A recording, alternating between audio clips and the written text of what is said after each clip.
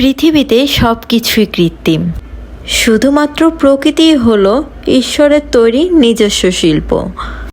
পৃথিবী এবং আকাশ, নদ নদী, পর্বত এবং সমুদ্র, এই সমস্তই হলো সর্বোৎকৃষ্ট শিক্ষক, যা আমাদের উদারতার শিক্ষা দেয়, যেটি কোনো পাঠ্যপুস্তকে লেখা পাবেন না। হে এভরিওয়ান, আসসালামু আলাইকুম।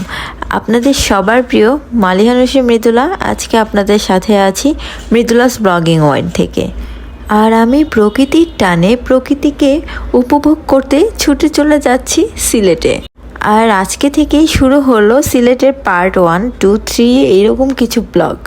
আমাদের কিছু ভালো সময়ের মুহূর্ত আপনাদের শেয়ার না করে তো আসলে পারি না, তাই আমার পেজটিতে সবসময় আমার আপডেটেড মুহূর্তগুলো আপনাদের সাথে শেয়ার করি। হয়তো কোনো ইনফরমেশন আপনাদের কাজে লেগেও যেতে পারে।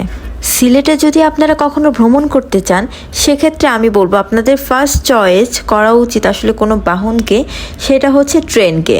কজ ট্রেনেই যেতে গেলেই আপনারা প্রাকৃতিক সৌন্দর্যটাকে উপভোগ করতে পারবেন।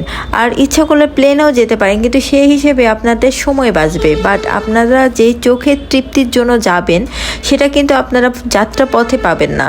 আমি ট্রেনে যেতে যেতে আমি এতটুকু বুঝেছি যে চারিপাশে যে মনোরম সৌন্দর্য, যেটাকে উপভোগ করতে করতে যাওয়ার বিষয়টাই আলাদা।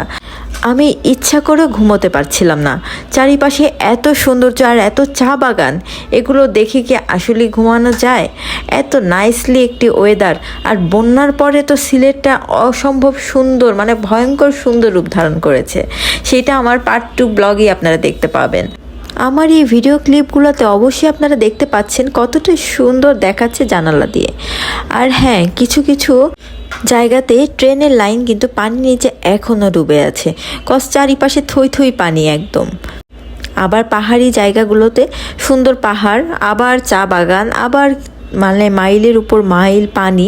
আসলে সব কিছু মিলিয়ে এত মনোরম দৃশ্য আসলে আপনারা এই সময় বা এই সিজনে না গেলে হয়তো বা পাবেন না। আমি মনে করি আমার লাইফের বেস্ট ট্যুর ছিল এটা। ট্যুরের মধ্যে আপনি একদম রিল্যাক্সভাবে জার্নি করা থেকে শুরু করে প্রত্যেকটা স্পট ভিজিট করা আপনারা একদম রিল্যাক্সে করতে পারবেন। আমরা নন এসি কেবিন নিয়েছিলাম। এসি কেবিনটা আমরা ইচ্ছা করি নেইনি, কজ আমরা জানালার বাইরের ভিউগুলো দেখতে পাবো না, তাই আমরা নন এসি কেবিন বুক করি এবং নন এসি কেবিনের মূল্য মাত্র 3600 টাকা ছিল। আর এত কম প্রাইসে পুরো একটা বড় কেবিন নিয়ে যাওয়ার মানে মজাটাই আলাদা।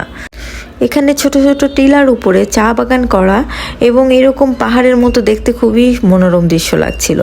আমার পুচুটা তো মাথা বের করে দেখতেছিল, কারণ সে খুবই এনজয় করতেছিল এই জার্নিটাকে।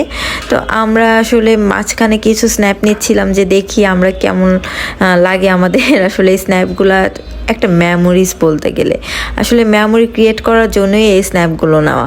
দেন আমরা সিলেট স্ট্যান্ডে নেমে যাই, দেন আমরা চলে যাই সিএনজি নিয়ে আমাদের যে হোটেলটা বুক করেছিলাম সেইখানে। তো নেক্সট ভিডিওগুলো দেখতে অবশ্যই চোখ রাখুন পরের ভিডিওগুলোতে। সেই পর্যন্ত সবাই ভালো থাকুন। আল্লাহ হাফেজ।